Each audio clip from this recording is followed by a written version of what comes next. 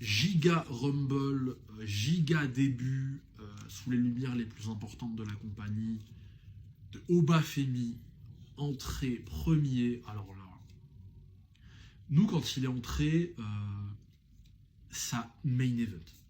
Il a une carrure, il a un charisme, il a une aura. C'est dingue. J'ai jamais vu un mec qui débute avec tout ça. En plus, il entre en premier, il annonce le ton direct. C'est pas un début de rookie. Il a un booking tout de suite qui du coup est en accord avec son départ de NXT, avec le mec qui lâche son titre en mode vas-y je me casse d'ici, moi je monte en haut, c'est bon, j'ai plus votre niveau. Le mec il a un match avec Cody à certains main event, ils ne le font pas perdre. Donc ils sont dans cette continuité là un peu de construire Obafemi extrêmement fort. Il dégage tout le monde au début, il te sort des blasts quand même plus ou moins importants de la mid-card du main roster comme Solo, même si c'est un profil comme il se fait bien affaiblir. Il te sort Priest, Cardona, Jobber, il te sort tous les jobbers là, sans souci. Priest étant peut-être le plus costaud. Non, Priest il se fait pas sortir par ah ouais Obafemi, je crois. C'est pas Obafemi? Non.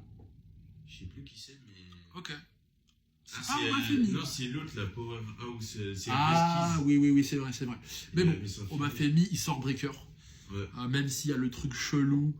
Bon, il lui donne quand même Breaker. C'est pas mal, Breaker qui sort de promo avec Punk et tout. Solide, hein. C'est quand même très énervé face à face avec Lesnar. Il se fait sortir par Lesnar. On a rarement vu des débuts au Rumble aussi costauds. Lesnar qui est un des mecs bookés les plus forts de la compagnie à côté de Reigns, de Cody, de machin. Donc en fait là au bas tout est construit pour très clairement nous faire comprendre que déjà mid-card ça va être le boss et que l'ascension peut-être dans le main event sera plus rapide que prévu, peut-être imminente. Donc à voir. D'ici la fin de l'année, je pense. Il y a eu un angle aussi un peu avec Trick Williams, Javon Evans, tout ça. Donc il devrait y avoir quand même des chances pour que Obafemi soit à SmackDown pour pouvoir déjà arriver sur une piste, en tout cas d'atterrissage, avec des gens avec qui il a des trucs un peu en commun, histoire que en fait les arènes puissent ressentir que tiens Oba c'est pas il est très connu mais on est dans le main roster. C'est pas le gymnase, là, c'est les gens en arène dans les plus gros shows du monde, de tous les temps. Il faut réinstaller des trucs, parce que c'est quand même personne. Même si des débuts sont importants, c'est très bien qu'il arrive dans des stages où il y a un peu de l'historique qui existe pour quand même qu'il y ait la possibilité que les gens soient réceptifs à directement lui et que ça accroche vite. Ouais. Accrocher vite, c'est important. Donc SmackDown, ça a l'air d'être l'endroit le plus intéressant pour Obafemi, pour s'affirmer, et surtout pour dominer tout de suite. Là où Raw, c'est quand même très costaud, très très costaud. Donc Oba... moi ça m'a fait kiffer. Hein. Franchement, j'en attendais pas moins de lui. Moi je le suis là, ça fait 1 an. Donc je me rends bien compte que... Enfin, c'était sûr que en fait, ça allait se passer comme ça. Après, bah là, ça se met en œuvre, donc forcément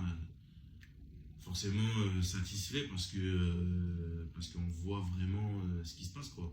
Enfin, on voit vraiment l'évolution, on voit qu'ils misent sur lui, on voit qu'ils veulent le tenter. Mais je resterai encore assez tranquille. On prend le temps. Ouais, faut prendre le temps. Faut y aller tranquillement pour pas se précipiter, ouais. C'est ça. Donc pour finir, Oba, énorme carrure, énorme charisme, des atouts qui vont très clairement lui permettre à ce qu'on lui ouvre des portes très importantes, et ça assez vite. C'est un bon mic worker. Maintenant, rien non plus de particulièrement dingue, mais avec un charisme pareil, il y a des portes qu'on t'ouvre en fait qui des fois sont inaccessibles à des gens qui ont quand même du mic et de l'acting de ouf, mais qui sont pas impressionnants. Oba, c'est une dinguerie. Oba, tu l'as en face de Reigns, normal. C'est dingue. On l'a vu hier, en face de Lesnar. En face de Lesnar. Hein. En face des big guys comme Priest, comme machin. Franchement, Oba, ça va. Moi, je dis Oba, ça peut devenir le GOAT des Renois. Ah ouais, Il a vraiment. toutes les clés. Franchement, il n'y a jamais eu un Renoir aussi. Bien sûr, on parle de Booker T, mais Booker T, c'est une époque quand même aussi très comique. Oba, il va pas rigoler.